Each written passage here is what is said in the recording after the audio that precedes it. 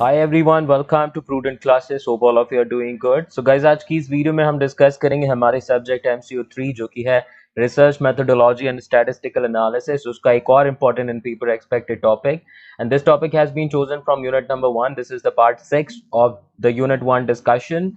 Previous 5 जो parts हैं वो प्लेलिस्ट में एडेड है, तो वहां से आप देख लीजिएगा. और आज की जो वीडियो है जिसका टॉपिक है methods of research, or you can say approaches of research or approaches to research in the business organisation.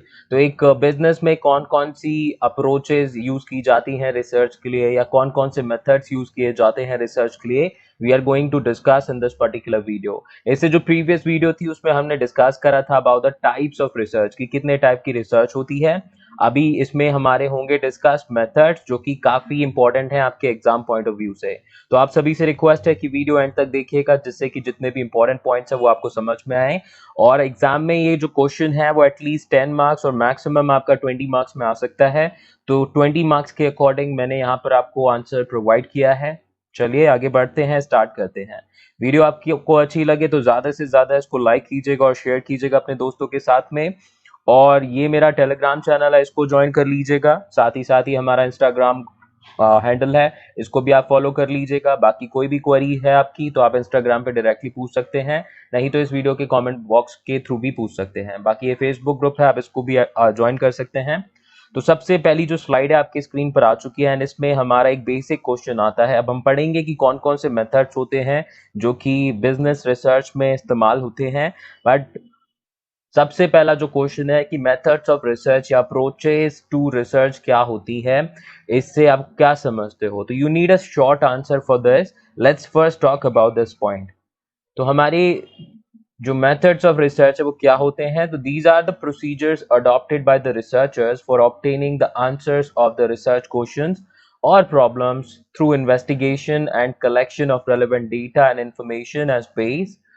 So methods of research बोलूं या अप्रोचेस टू रिसर्च बोलूं, ये क्या होते हैं. बेसिकली वो प्रोसीजर्स जो कि एक रिसर्चर के थ्रू इस्तेमाल किए जाते हैं, अडॉप्ट किए जाते हैं अपने रिसर्च प्रॉब्लम्स या रिसर्च के जो मेन क्वेश्चंस हैं उनके आंसर फाइंड आउट करने के लिए. अब जब भी कोई रिसर्चर अपने रिसर्च क्वेश्चंस या रिसर्च प्रॉब्लम का आंसर फाइंड आउट करेगा तो उसके लिए वो क्या करेगा, ये इन्वेस्टिगेशन करेगा. ठीक है. और इन्वेस्टिगेशन करते टाइम उसको कलेक्ट करने पड़ेंगे रेलेवेंट डेटा और इन्फॉर्मेशन को.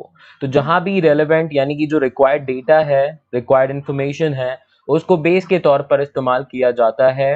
और उन डेटा को यूज करते टाइम पर अपना जो रेलेवेंट क्वेश्चन या प्रॉब्लम है उसका आंसर फाइंड आउट करते टाइम पर जो भी प्रोसीजर्स या मेथड्स इस्तेमाल किए जाते हैं वो कहलाते हैं मेथड्स ऑफ रिसर्च या अप्रोचेस टू रिसर्च. तो इस चीज को ध्यान रखिएगा.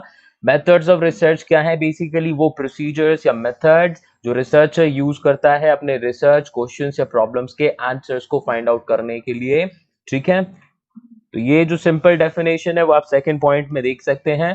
तो सिंपल टर्म्स में हम मेथड्स ऑफ रिसर्च या अप्रोचेस टू रिसर्च को क्या बोल सकते हैं, द मेन और important methods used by the researcher to collect the research data. तो अपनी रिसर्च डेटा को कलेक्ट करने के लिए जो भी आपके मेथड्स यूज किए जाते हैं, जो भी अप्रोचेस फॉलो की जाती हैं, वो हमारी कहलाती हैं मेथड्स ऑफ रिसर्च या अप्रोचेस टू रिसर्च. तो आई एम श्योर ये पॉइंट आपको क्लियर होगा. बहुत ही इजी कॉन्सेप्ट है. नाउ अभी बढ़ते हैं अपने नेक्स्ट स्लाइड पर, और नेक्स्ट स्लाइड पे हम डिस्कस करेंगे कि कौन कौन से मेथड्स अवेलेबल हैं हमारे रिसर्च के लिए. तो अगर मैं बात करूं तो देयर आर बेसिकली 6 मेथड्स जो कि यूज किए जाते हैं बिजनेस रिसर्च में. सबसे पहला मेथड है सर्वे मेथड, दूसरा है आपका ऑब्जर्वेशन मेथड, तीसरा मेथड आता है case method, fourth method is the experimental method, and fifth method is the historical method, and the last one is the comparative research method. ठीक है. तो इन सभी को याद कर लीजिए. So there are 6 different methods of research और 6 different approaches to research. सबसे पहली उसमें कौन कौन सी अप्रोच है या रिसर्च का मेथड यूज किया जाता है. सबसे पहला मेथड है सर्वे मेथड, दूसरा observation method, third is the case method, fourth is the experimental method, fifth one is the historical method, and last one you can say comparative research method और comparative method. Okay. तो नाम I am sure कि आपको याद हो चुके होंगे. तो वन बाय वन चलिए इनको डिटेल में डिस्कस करते हैं. एंड गाइस अगर चैनल पर नए हैं तो सब्सक्राइब कर लीजिएगा, जिससे कि अपकमिंग जो वीडियोस हैं उनकी नोटिफिकेशन आपको मिल सके. बाकी बहुत सारी मैं वीडियोस आपको प्रोवाइड करने वाला हूं. और सबसे इंपॉर्टेंट चीज, प्लेलिस्ट में जाकर एक बार जरूर चेक कर लीजिएगा, वहां पे आपको और भी अदर टॉपिक्स पर वीडियोस मिल जाएंगी। नाउ चलिए, सबसे पहला जो हमारा मेथड है survey method, let's talk about what is it exactly and how are we suppose to write our points.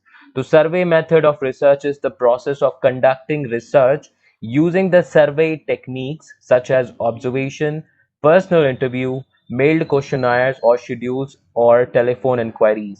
तो सर्वे मेथड जो हमारा रिसर्च का इस्तेमाल किया जाता है, ये एक ऐसा मेथड होता है, एक ऐसी प्रोसीजर या प्रोसेस होती है जिसमें रिसर्च कंडक्ट की जाती है सर्वे टेक्निक्स को यूज करके। आई रिपीट, कोई भी ऐसा मेथड रिसर्च का जिसमें सर्वे टेक्निक्स यूज की जाती हैं अपने रिसर्च डेटा को कलेक्ट करने के लिए, ठीक है। आई रिपीट, अपने रिसर्च डेटा या रिसर्च इंफॉर्मेशन को कलेक्ट करने के लिए जब भी सर्वे टेक्निक्स का यूज किया जाएगा तो ऐसी जो मेथड होगी रिसर्च की वो हमारी कहलाएगी सर्वे मेथड ऑफ रिसर्च। अब सर्वे टेक्निक्स में आपकी वो ऑब्जर्वेशन भी हो सकती है, पर्सनल इंटरव्यू भी हो सकते हैं, ईमेल क्वेश्चनायर्स के थ्रू या फिर शेड्यूल्स के थ्रू बेसिकली आपकी जो रिसर्च है वो कंडक्ट की जा सकती है, या टेलीफोन इंक्वायरीज के थ्रू आपका जो सर्वे है उसको कंडक्ट किया जा सकता है। तो कोई भी सर्वे टेक्निक जो इस्तेमाल होगी आपके रिसर्च डेटा या इंफॉर्मेशन को कलेक्ट करने के लिए, तो ऐसी रिसर्च टेक्निक या प्रोसेस कहलाएगी हमारी सर्वे मेथड ऑफ रिसर्च। तो आई एम श्योर कि ये पॉइंट क्लियर होगा। Now let's talk about the point number 2। Point number 2 से survey method is a fact finding method and is used to study large and small population. तो सबसे easy और सबसे effective method है अगर मैं बात करूं सर्वे मेथड, और इस पर्टिकुलर मेथड के थ्रू आप लार्ज और स्मॉल पॉपुलेशन दोनों को ही कवर अप कर सकते हो। अगर आपकी पॉपुलेशन बहुत बड़ी है तब भी आप डिफरेंट सर्वे टेक्निक्स के थ्रू क्या कर सकते हो, अपनी रिसर्च कंडक्ट कर सकते हो, और अगर पॉपुलेशन स्मॉल है then also you can use this method. तो ये हमारी क्या है, फैक्ट फाइंडिंग मेथड है, इसको याद रखिएगा। सर्वे मेथड एक हमारा फैक्ट फाइंडिंग मेथड है। Now let's talk about the next point that we have. Next point say survey method is considered as the most effective and trustworthy research methods among all the available research methods. जो हमारे 6 research methods available हैं उन 6 methods में से सबसे ज्यादा effective और trustworthy method होता है survey research method। इस चीज को ध्यान दीजिएगा क्योंकि इसमें आप बड़ी से बड़ी population, छोटी से छोटी population कवर अप कर सकते हैं, और डिफरेंट तरीके होते हैं जिनके थ्रू आप अपनी जो पॉपुलेशन है या सैंपल है उसको कवर अप कर सकते हैं, और जो रिजल्ट है वो काफी इफेक्टिव होता है as compare to other methods. Now in survey method, the data is first collected and then statistically analyzed to draw meaningful research conclusions. तो सर्वे मेथड में सबसे पहले क्या किया जाता है, आपकी जो डेटा है उसको कलेक्ट किया जाता है सर्वे के थ्रू, एंड उसके बाद जो डेटा कलेक्ट की जाती है उसको स्टैटिस्टिकली एनालाइज किया जाता है। तो स्टैटिस्टिक्स के जो अलग अलग मेथड्स हैं, जैसे कि आपका स्टैंडर्ड डेविएशन हो गया, मीन डेविएशन हो गया, कोरिलेशन, रिग्रेशन, अलग अलग जो टेक्निक्स है, पैरेटो एनालिसिस, तो इन सब के थ्रू स्टैटिस्टिकली उस डेटा को एनालाइज किया जाता है और उसके थ्रू मीनिंगफुल रिसर्च कंक्लूजन निकाले जाते हैं। तो हमारा जो रिसर्च प्रॉब्लम है उसका आंसर फाइंड आउट किया जाता है actually at the end. Now, survey method requires a lot of research, knowledge and sophistication. अब सबसे इंपॉर्टेंट चीज की सर्वे मेथड इफेक्टिव है और ट्रस्टवर्दी मेथड है, लेकिन उतना ही ये डिफिकल्ट भी है। इस मेथड को कंडक्ट करने के लिए बहुत ज्यादा रिसर्च नॉलेज की रिक्वायरमेंट होती है और ये मेथड इजी नहीं होता, it's a little difficult method. For best result through this method, it is must to have a competent survey investigator who knows sampling procedures, interview techniques, questionnaire or schedule construction and other technical aspects of सर्वे, यानी कि सर्वे की जो main tactics है उसको वो पता होनी चाहिए। तो अगर आपको सर्वे मेथड के थ्रू बेस्ट रिजल्ट ऑब्टेन करने हैं, एट द एंड में सर्वे मेथड हो या कोई भी मेथड हो उसको करने वाला एक इंडिविजुअल होगा।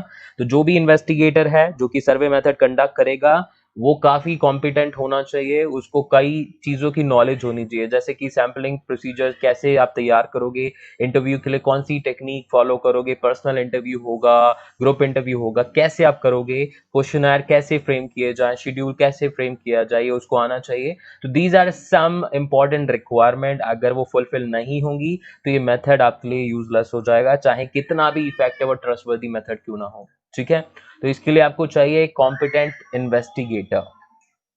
तो यहाँ पर हमारा जो पहला मेथड है वो डिस्कस हो गया, आई एम श्योर आपको समझ में आया होगा। नाउ बढ़ते हैं अपने सेकंड मेथड पर जो कि है ऑब्जर्वेशन मेथड।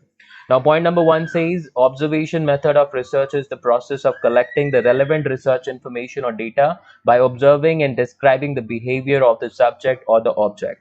तो ऑब्जर्वेशन मेथड में क्या करते हैं, हम ऑब्जर्व करते हैं अपने सब्जेक्ट या ऑब्जेक्ट को, एंड उस ऑब्जर्वेशन के थ्रू जो भी डेटा या इंफॉर्मेशन कलेक्ट होती है वो हेल्प करती है हमारी रिसर्च प्रॉब्लम के आंसर फाइंड आउट करने में। तो ऑब्जर्वेशन मेथड ऑफ रिसर्च क्या है, एक ऐसी प्रोसेस, ऐसा प्रोसीजर या ऐसा मेथड जिसमें आपकी रिसर्च इंफॉर्मेशन या डेटा कलेक्ट की जाती है आपके सब्जेक्ट या ऑब्जेक्ट को ऑब्जर्व करके या फिर उसके बिहेवियर को डिफाइन करके। ठीक है, तो उसके बिहेवियर को डिफाइन करके, जैसे कि आपने बहुत सारे साइकेट्रिस्ट देखे होंगे, तो जो साइकेट्रिस्ट होते हैं वो क्या करते हैं, बेसिकली आपका एक इंडिविजुअल है जिसको थोड़ा सा मेंटल डिस्टरबेंस हो गया है, तो वो उसके बिहेवियर को ऑब्जर्व करेंगे, उनसे क्वेश्चंस पूछेंगे, ऑब्जर्व करेंगे उनको, और उसके बाद अपना कंक्लूजन देंगे। तो ये जो ऑब्जर्वेशन मेथड है ये सेम प्रोसीजर फॉलो करता है। यहाँ पर हमारे जो भी सब्जेक्ट या ऑब्जेक्ट होते हैं हम उसको ऑब्जर्व करते हैं, उसके बिहेवियर को नोट करते हैं और उसके अकॉर्डिंग हमारी जो रिक्वायर्ड रिसर्च इंफॉर्मेशन या डेटा होता है उसको हम कलेक्ट करते हैं। Okay, now the next point says observation method is also known as participatory research because the researcher has to establish a link with the respondent and himself to record the data and take notes. तो observation method हमारा participatory research method भी कहलाता है, और ये इसलिए ऐसा कहलाता है क्योंकि जो रिसर्चर होता है और जो हमारा ऑब्जेक्ट या सब्जेक्ट या जिसको आप रेस्पोंडेंट बोलते हैं उसके बीच में एक लिंक एस्टैब्लिश करना पड़ता है, और लिंक एस्टैब्लिश करने के बाद ही क्या कर पाते हो आप अपनी जो रिक्वायर्ड डेटा है या इंफॉर्मेशन है उसको कलेक्ट कर पाते हो। Now, next point says observation method provides a way to obtain objective and reliable research data. तो observation method के थ्रू आप जो data obtain करेंगे रिसर्च की वो काफी objective होगी, reliable होगी, ये चीज ध्यान रखिएगा, क्योंकि वहां पर आप नोटिस कर रहे हो और जो एक्चुअल में चीज होंगी उसी के बेसिस पर अपना जो कंक्लूजन है वो प्रोवाइड करोगे। तो इसीलिए जो भी ऑब्जर्वेशन मेथड्स के थ्रू डेटा या इन्फॉर्मेशन कलेक्ट की जाती है वो आपकी ऑब्जेक्टिव या रिलायबल होती है। नाउ जैसा कि आप देख सकते हैं स्क्रीन पे, ये एक तरफ है हमारे रिसर्चर और दूसरी तरफ है हमारे रिसर्च की सब्जेक्ट। तो ये पूरी की पूरी पॉपुलेशन है जिस पर एक छोटा सा ऑब्जर्वेशन कंडक्ट करना चाहते हैं कि डिफरेंट सिचुएशन में डिफरेंट लोग कैसे बिहेव करते हैं। ठीक है, तो यहाँ पर ये हमारा बिहेवियर बेसिकली एनालाइज करने की कोशिश की जा रही है। तो इस तरह के जब भी आप मेथड यूज करेंगे वो हमारे क्या कहलाएंगे, ऑब्जर्वेशन मेथड। नाउ चलिए अगला पॉइंट डिस्कस करते हैं ऑब्जर्वेशन मेथड का। तो observation method is suitable for a variety of research purposes such as, तो कौन कौन सी आपकी प्लेसेस होंगी या कहाँ कहाँ पर आप ऑब्जर्वेशन मेथड को यूज कर सकते हैं, लेट्स टॉक अबाउट। तो जब भी आपको किसी ह्यूमन का बिहेवियर एनालाइज करना है, स्टडी करना है, तब आप ऑब्जर्वेशन मेथड यूज कर सकते हैं। अगर आपको किसी ग्रुप का बिहेवियर एनालाइज करना है, again you can use the observation method. किसी का भी लाइफस्टाइल, कस्टम या ट्रेडिशन आपको एनालाइज करना है या स्टडी करना है, then you can use the observation method. कोई भी इंटरपर्सनल रिलेशन, ग्रुप डायनामिक्स या क्राउड के बिहेवियर को एनालाइज या स्टडी करना है, then you can also use the observation method. कहीं भी लीडरशिप या मैनेजमेंट स्टाइल को स्टडी करना है तो ऑब्जर्वेशन मेथड बेस्ट है। किसी की ड्रेसिंग हैबिट है, चाहे वो आपका कोई भी सोशल ग्रुप हो, कोई भी सीजन हो, उसमें आपको स्टडी करना है, observation method is the best.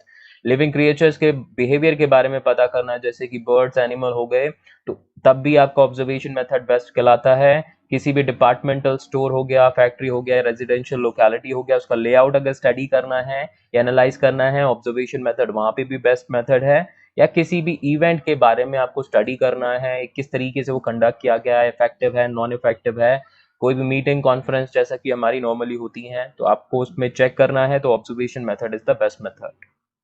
ठीक है, तो ये सारे बेसिकली आपके पर्पसेस हैं जिसके लिए रिसर्च मेथड आपका, सॉरी, जिसके लिए जो रिसर्च मेथड बेस्ट रहेगा वो रहेगा observation method.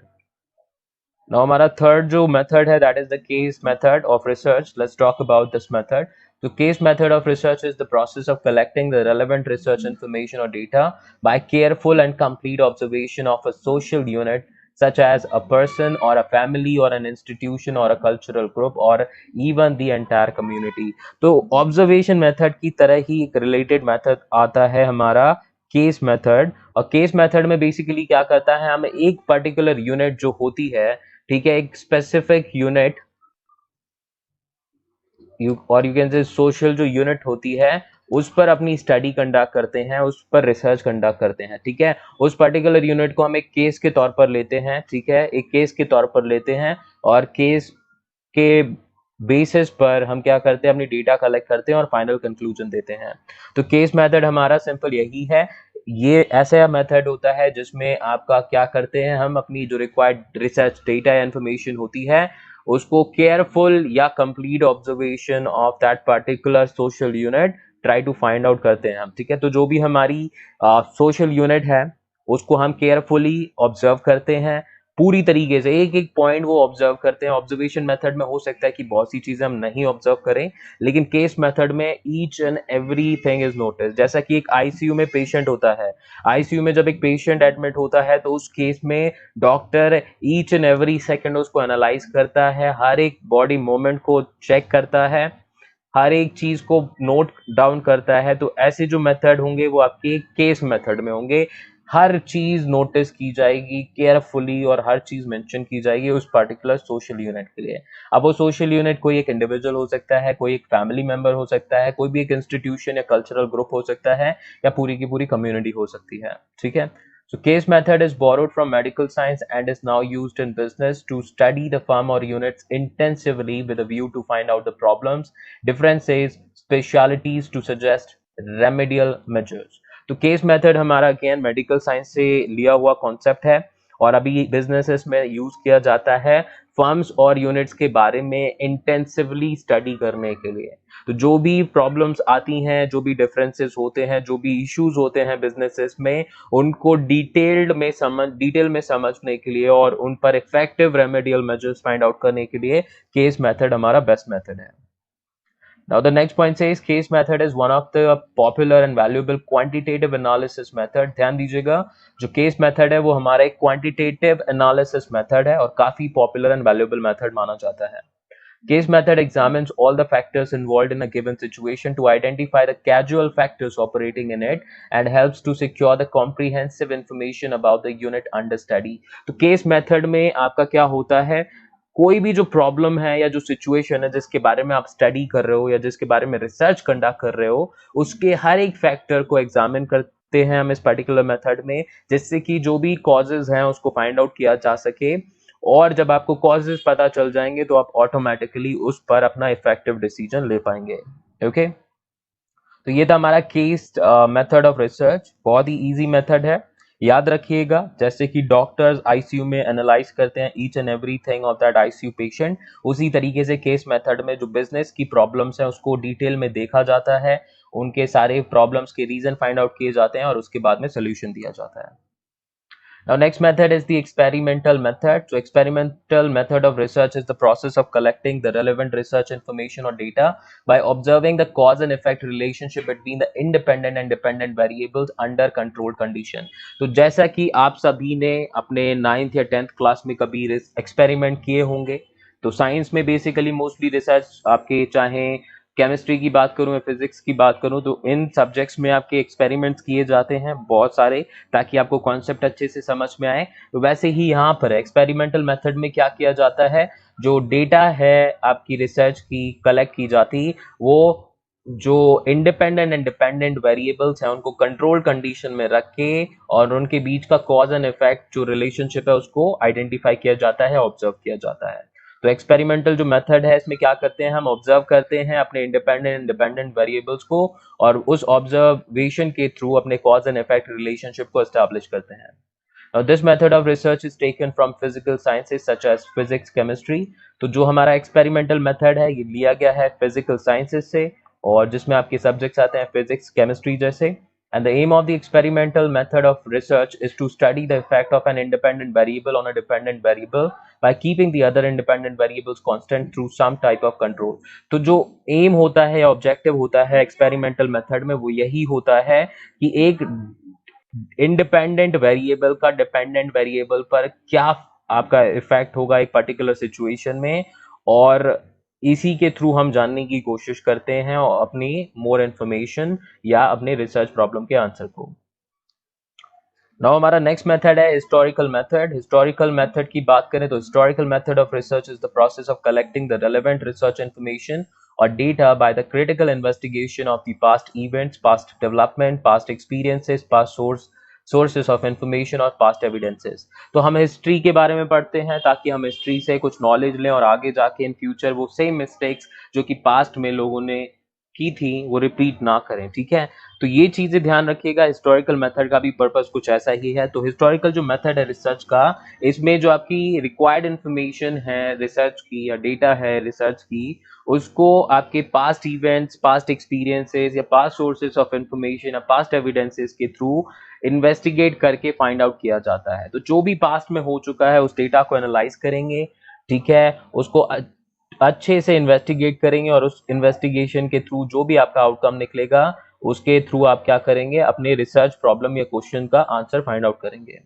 Now, this method of research is based on historical data and is non-repetitive और post facto analysis only। जैसे कि एक पोस्टमार्टम किया जाता है just to find out the reason of death, वैसे ही आपका क्या है हिस्टोरिकल मेथड है। इसमें हम हिस्टोरिकल डेटा को एनालाइज करते हैं जिसको हम पोस्ट फैक्टो एनालिसिस भी बोलते हैं। Now this method is used by historians, philosophers, literary persons, social psychiatrists and social scientists। तो जो ये मेथड है वो हिस्टोरियंस, फिलोसोफर्स या उन लोगों के थ्रू किया जाता है जो बेसिकली सोसाइटी के बारे में पढ़ते हैं, पास्ट हमारे एक्सपीरियंसेस के बारे में पढ़ते हैं। ठीक है, and the aim of the historical research method is to draw conclusions and generalizations from the past trends in order to understand the present and to anticipate the future। तो जो पर्पस है हिस्टोरिकल रिसर्च मेथड का वो क्या है, अपने past trends के basis पर कंक्लूजन्स ड्रॉ करना या जनरलाइजेशंस ड्रॉ करना। जनरलाइजेशंस क्या होते हैं कि देखिए बहुत सारे ऐसे इंसिडेंट्स होते हैं जिनका आउटकम सेम होता है। ठीक है, लेट्स टेक एन एग्जांपल। यहाँ पर अगर आप एक कॉइन को टॉस करेंगे, एक कॉइन को टॉस करेंगे तो या तो हेड आएगा या टेल आएगा। ठीक है, ये क्या है, हमारे जनरल रूल हैं जो कि फॉलो होंगे जब भी कॉइन टॉस किया जाएगा। तो ऐसे जनरल रूल कैसे फाइंड आउट होगा, तो बहुत सारे एक्सपेरिमेंट्स किए गए पास्ट में जिनके थ्रू पता चला कि आप कॉइन को जब भी उछालेंगे आपके पास यही दो आउटकम आएंगे, तीसरा कुछ नहीं होगा। ठीक है, तो ऐसे जो भी कॉन्सेप्ट डिसाइड किए जाते हैं वो जनरलाइजेशन से। एक और एग्जांपल ले सकते हैं कि एक इंडिविजुअल है जिसने एक क्रो को देखा, उसको पता चला क्रो जो है वो ब्लैक कलर का होता है। दूसरे इंडिविजुअल ने भी क्रो को देखा, उसने भी यही ऑब्जर्वेशन दी कि क्रो जो है ब्लैक कलर का होता है। तीसरे ने भी देखा कि कौवा जो होता है अगेन ब्लैक होता है। तो ऐसे ही बहुत सारे लोगों ने देखा, तो आउटकम हमारा जो जनरलाइजेशन का कॉन्सेप्ट है या जनरलाइजेशन हमने किया क्रो के बारे में वो ये हुआ कि क्रो जो है वो ब्लैक कलर का ही होता है। जैसे एप्पल रेड होता है आप कहते हो, बट यहाँ पर कॉन्सेप्ट आपका मैच नहीं करेगा क्योंकि एप्पल ग्रीन कलर का भी होता है, राइट। तो ये चीजें ध्यान रखनी है कि जनरलाइजेशन में जनरल कॉन्सेप्ट्स क्या हैं उनको फाइंड आउट किया जाता है। तो हिस्टोरिकल मेथड के थ्रू जनरलाइजेशंस भी होती हैं, कंक्लूजन्स भी ड्रॉ किए जाते हैं, प्रेजेंट डेटा को अंडरस्टैंड करने में भी हेल्प होती है और फ्यूचर भी एंटिसिपेट किया जा सकता है हिस्टोरिकल ट्रेंड्स के बेसिस पे। Now, the historical method of research enables us to establish a relationship with the past and helps to plan more intelligently for the future. Same thing कि past data के basis में हम future data के साथ में एक relationship establish करने की कोशिश करते हैं। जैसे कि कोविड की आपकी second wave आई, उसको देखते हुए third wave में आप precautions ली जा रही हैं, तो वही चीज़ है, past data help करेगी आपको future को intelligently plan करने में। Now हमारा last method आ चुका है, स्क्रीन पर आप देख सकते हैं, जो कि है comparative method। So let's talk about this method।